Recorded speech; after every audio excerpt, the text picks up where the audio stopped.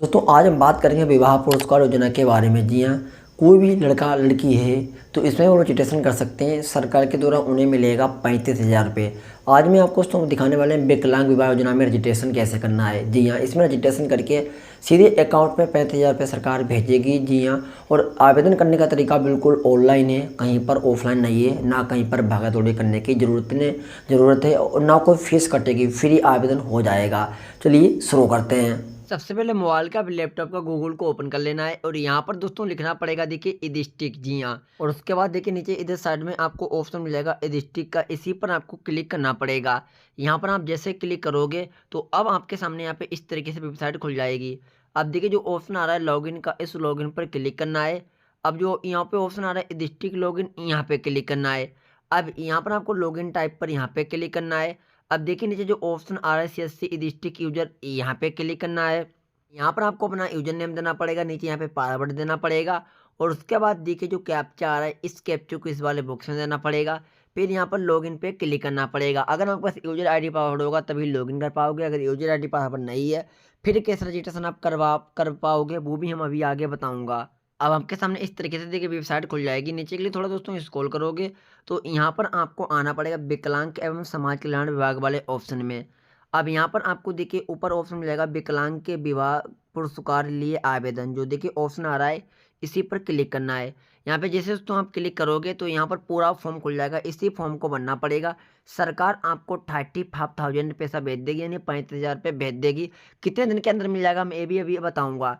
तो सबसे पहले यहाँ पर ग्रामीण से रह रहे हो या फिर नगरीय निकाय से रह रहे हो वो सिलेक्ट कर लेना है। अगर शहरी ओर से रह रहे हो तो नगरीय पर क्लिक करना है, गांव से रह रहे हो तो यहाँ पे ग्रामीण पे क्लिक कर देना है। उसके बाद यहाँ पर आपको अपना प्रथम नेम देना पड़ेगा, द्वितीय नेम है द्वितीय नेम डाल दो, तृतीय नेम है तृतीय नेम डाल दो। अगर फर्स्ट नेम है तो सिर्फ फर्स्ट नेम डाल दो, बाकी ये 2 बॉक्स ऐसे छोड़ दो आप।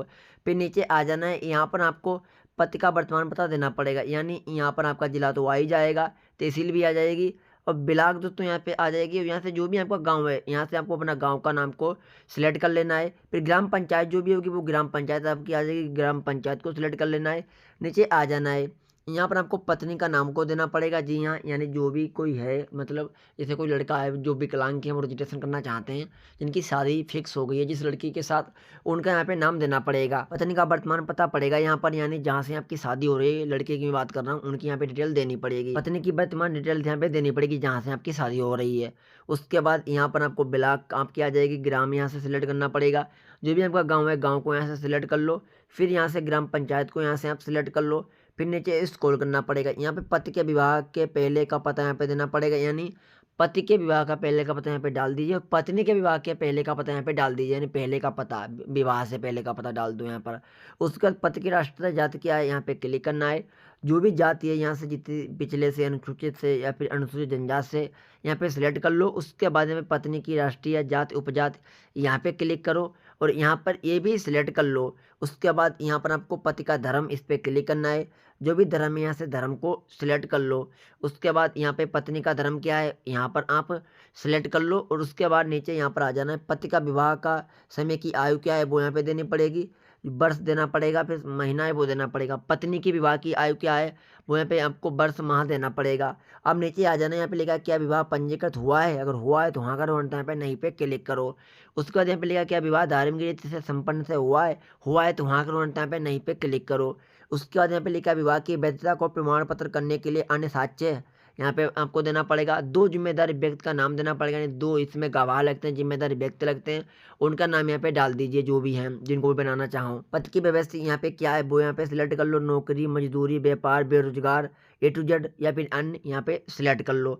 उसके बाद पत्नी का व्यवस्था यहाँ पे क्लिक करना है। पत्नी क्या करती है, नौकरी करती है, मजदूरी करती है, व्यापार करती है, फिर बेरोजगार है या फिर कोई अन्य काम करती है, यहाँ से सिलेक्ट कर लो। उसके बाद यहाँ पे लिखा है पति के पिता का नाम यहाँ पे देना पड़ेगा, पत्नी के पिता का नाम यहाँ पे देना पड़ेगा, यानी यहाँ पर पति की डिटेल इधर साइड में देनी पड़ेगी, इधर पत्नी की डिटेल देनी पड़ेगी। अब यहाँ पर आपको बताया जा रहा है पति के पिता के व्यवस्था क्या है, यानी वो क्या काम करते हैं, कृषि हैं, नौकरी करते हैं, मजदूरी करते हैं, व्यापार करते हैं, बेरोजगार हैं या फिर कोई अन्य काम करते हैं, यहाँ पे सिलेक्ट कर लो। उसके बाद पत्नी के पिता के डिटेल देनी पड़ेगी, वो उन पत्नी जो है आपकी, वो उनके पिता क्या काम करते हैं, नौकरी करते हैं, मजदूरी, व्यापार, बेरोजगार या कोई अन्य काम। और उसके बाद नीचे यहाँ पे आ जाना है, यहाँ पे आधार नंबर देना पड़ेगा लड़के का और यहाँ पर आपको उत्तर प्रदेश में पत्नी की निवास अवधि यहाँ पे आपको जन्म से है या फिर बरस भरे से है, यहाँ पे सिलेक्ट कर लो।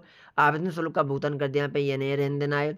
और उसके बाद यहाँ पर आपको फ़ोटो को अपलोड करना पड़ेगा। जी हाँ, जैसे यहाँ से मैं क्लिक करता हूँ और यहाँ से जहाँ पर भी फ़ोटो पड़ा हुआ है यहाँ से फ़ोटो को अपलोड कर लो। फ़ोटो तो यहाँ पर आ जाएगा। फिर उसके बाद यहाँ पर आपको जाति प्रमाण पत्र और या दोस्तों आय प्रमाण पत्र देना पड़ेगा। 3 डॉक्यूमेंट दे दो। देखिए, पहला ये आपका दोस्तों हो जाएगा फ़ोटो। दूसरा आप दोस्तों यहाँ पर आप चाहे जाति प्रमाण पत्र दे दो, चाहे विकलांग प्रमाण पत्र दे दो, चाहे आय प्रमाण पत्र दे दो, जो भी डॉक्यूमेंट आपके पास अवेलेबल है उस पर क्लिक करो और यहाँ से आप अपलोड कर दो। अन्य कोई डॉक्यूमेंट और भी दे देना है। 3 डॉक्यूमेंट यहाँ पे आप अपलोड कर देना है। 3 डॉक्यूमेंट अपलोड करने के बाद यहाँ पे जो ऑप्शन आ रहा है सेव डिटेल्स का, इस पर क्लिक करना है। क्लिक करने के बाद तो आपका विवाह पुरस्कार योजना है वो अप्लाई हो जाएगी। अप्लाई हो जाने के बाद यहाँ पर एक स्लिप निकलेगी, स्लिप को प्रिंट कर लेना है। उसमें आधार कार्ड की फ़ोटो कहाँ पे लगाना है, बैंक पासबुक की फ़ोटो कहाँ पे लगाना है, और जाना पड़ेगा आपको अपने समाज कल्याण विभाग। जी हाँ, समाज कल्याण विभाग में उन सभी कागज को जमा करना पड़ेगा अधिकारियों के पास। और उसके बाद दोस्तों चेकअप होगा, वेरिफिकेशन होगा। अगर आप इसके लिए पात्र निकलते हो तो सरकार के द्वारा 35,000 रुपये आपके बैंक अकाउंट में सरकार ट्रांसफ़र कर देगी, सीधे अकाउंट में पैसा आ जाएगा।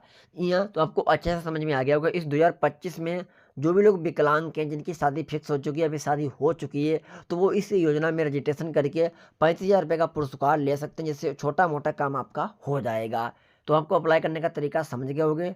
लेकिन तो यहाँ से ये अप्लाई तभी होगा जब आपके पास डिस्ट्रिक्ट यूजर ID पासवर्ड होगा। अगर आपके पास डिस्ट्रिक्ट यूजर ID पासवर्ड नहीं है तो आप आसपास के कॉमन सर्विस सेंटर पे चले जाइए, वहाँ से ऑनलाइन करवा दीजिए, या तो समाज कल्याण विभाग जाओगे, वहाँ से भी आपका आवेदन हो जाएगा। 2 भी तरीके हैं, एक तो कॉमन सर्विस सेंटर से करा सकते हो या फिर समाज कल्याण विभाग जाओगे, वहाँ से भी हो जाएगा। और आपको तकरीबन 1 से 2 महीने के अंदर लाभ भी मिल पाएगा। अगर जानकारी अच्छी लगी हो तो वीडियो को लाइक करना, चैनल को सब्सक्राइब करना। Thank you.